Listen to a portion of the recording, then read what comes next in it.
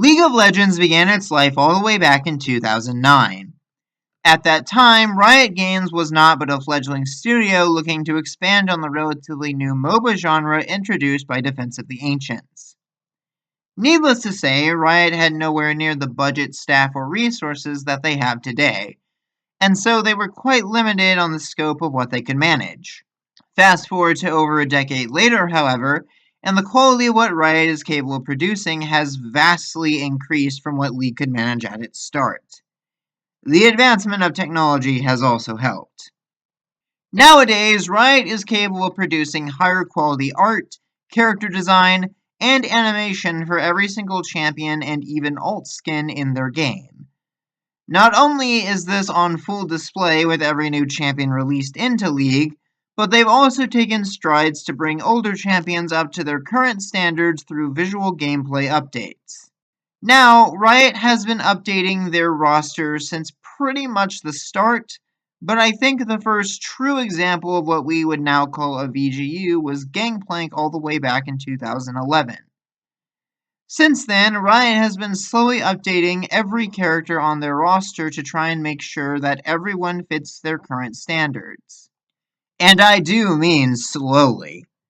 Like I said, it's been well over a decade since Riot began this project, and there are still more than half a dozen champions in League of Legends who have been left to rot with poorly thought out designs, out-of-date models, and bios that don't even fit into the current canon. Now, it's fair to say that these sorts of things take time to implement, but if you've been keeping track of Riot's activity for the last several years, you'll know that they tend to prioritize pumping out new cosmetics and promoting their esports scene over, finishing the project they started years ago.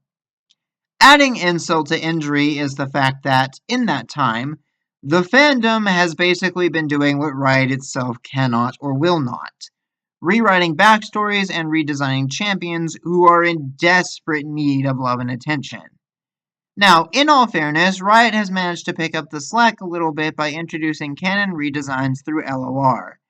But since the card game has faced severe setbacks in recent years thanks to corporate meddling, it's going to be another eternity before we ever see every outdated champion getting a full proper update in that game. So today, I want to take a look at some fan redesigns of League's iconic champions. Now, there are a lot of these out there. So unfortunately, we'll only be able to cover a handful of fan designs today, but if this video does well enough, then maybe I'll consider doing a part 2 at some point. With that out of the way, let's begin. To start, I want to highlight a redesign that many of you are probably familiar with. In fact, it's actually what inspired this video to begin with. League YouTuber and streamer Nicky Boy has actually done a handful of champion redesigns, but the one that absolutely exploded in popularity is his new design for Cassiopeia. The Mad Lad already has his own video highlighting her and the absolutely ludicrous amount of effort he's gone through for this one reimagining, but this is a big step up in just about every way.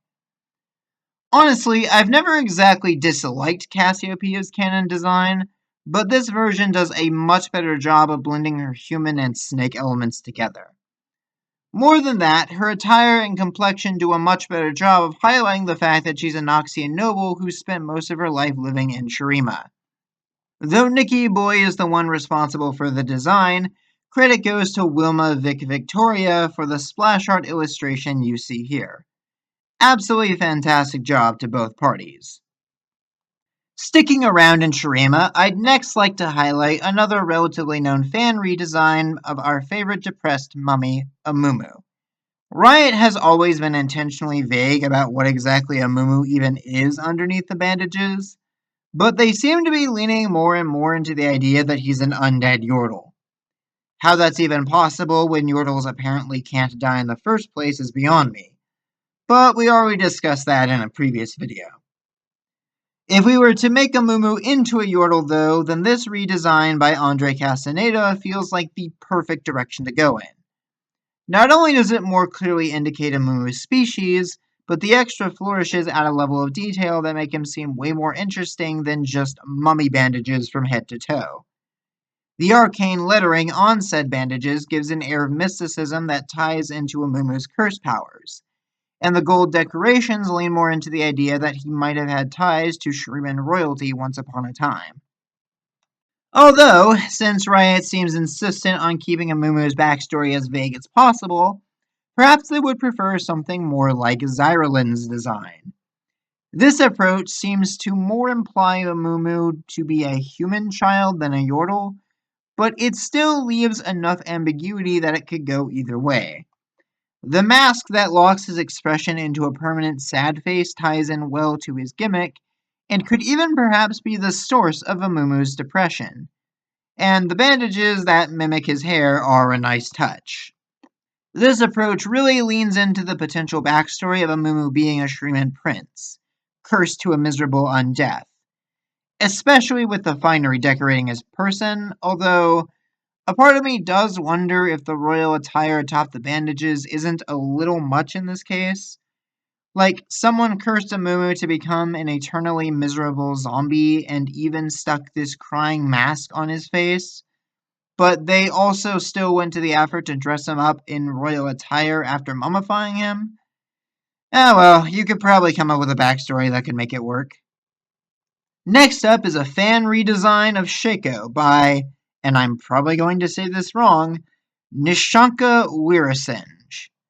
Now, I've never personally been a big fan of Shaco's haunted marionette bio, since it's clearly just a placeholder until they figure out what to actually do with him, but I'll admit, this interpretation of the idea works really well.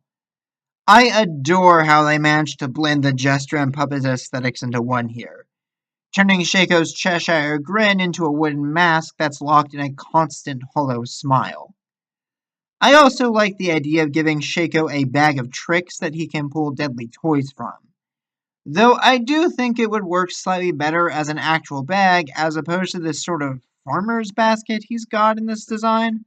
Just my opinion, though, and the only critique I really have of an otherwise really solid design. If we're talking Shaco redesigns, though, then I've got to acknowledge Subjectively Shaco rework. Now, Jack from Subjectively has actually already done 2 different videos about this redesign, in which he actually goes over 3 possible ideas for it, but I and many others gravitated most toward his Petricite Demon Jester approach. I have always been an advocate of making Shaco the Demon of Delirium, and this design is a really cool approach to that idea. The exact limitations of Petricite are still a little vague, but there's nothing to say that a demon couldn't be sealed inside of it as far as I'm aware. The only real downside to this design is that one could argue it feels a little too similar to Fiddlesticks, but League is no stranger to double dipping on certain character ideas. The last design we'll be looking at today is for a champion who's actually already gotten a VGU. Now, Taric is a character that I've never really had super strong feelings about one way or the other, but he's also gotten arguably one of the most radical visual overhauls in League's history. Not much remains from his original incarnation, and that's not necessarily a bad thing, but it does make you wonder how things would have turned out if Riot stuck to his original Gem Knight premise. This design by Eris18 does exactly that, giving a fresh, sleeker coat of paint to Taric's prior incarnation. Now, it's not perfect, I'll admit. The random gems jutting out of his legs and the asymmetry of his boots are a little weird, but the overall design of the armor, and especially the weapons, are nothing to scoff at. I particularly love how they took his hammer, which just had a bunch of crystals somehow fashioned onto it in the original design, and made it a block of perfectly cut diamond. The fact that they managed to make his shield vaguely resemble a dragon's head is also a nice touch. Unfortunately, that's about all the time we have for today. I know this is a bit different from my usual content, and I'm fully aware that there are other videos out there looking at these sorts of fan redesigns, but I wanted to touch on a few of my personal favorites. I think it's important every now and again to highlight the effort and dedication that League's fanbase has for the characters that Riot so often neglects. So what do you all think? Which of the designs we covered today was your favorite? Do you have a particular fan redesign you're fond of, and would you be interested in seeing another video like this from me in the future? Leave your thoughts and comments down below, and until next time, stay bright.